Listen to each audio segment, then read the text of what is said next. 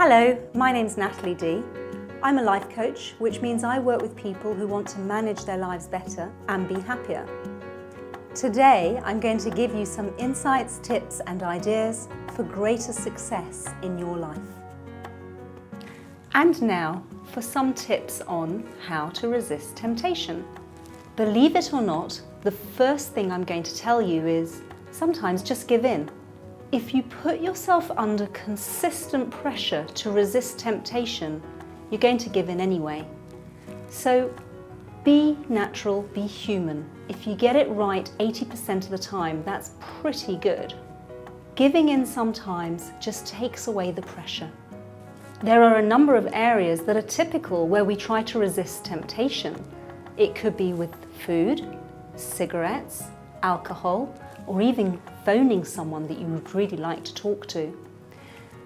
When it comes to resisting temptation, one of the things to consider is not having the temptation there in the first place. With things like food, alcohol, or cigarettes, it's simply easier not to have it to hand, not to keep it in the house, not to have it in your bag or your pockets. And so when you do eventually give in on the odd occasion, it means that you need to go out there and make an effort to get what you want to get.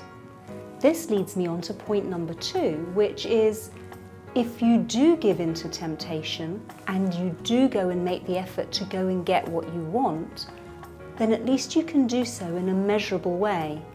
A small amount is okay.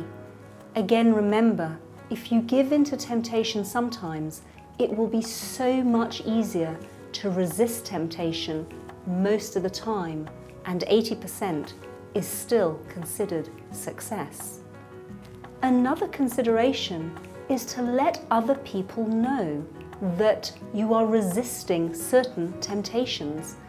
If you let your friends or family or work colleagues know what you're doing, then they can support you, they can remind you, they can motivate you.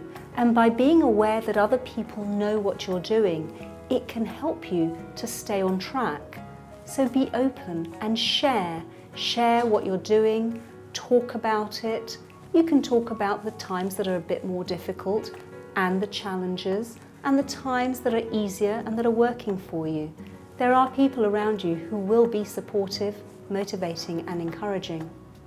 To extend this even further, to resist temptation, do whatever you're doing together with another person.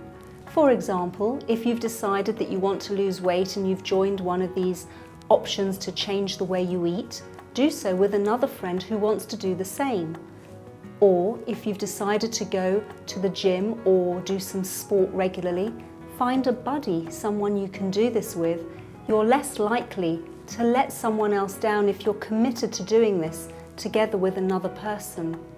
These are very simple and yet very effective tips and techniques to help you resist temptation.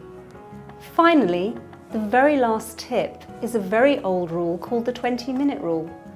If you're very, very tempted and you still want to challenge yourself, not to give in and to resist temptation, apply the 20-minute rule.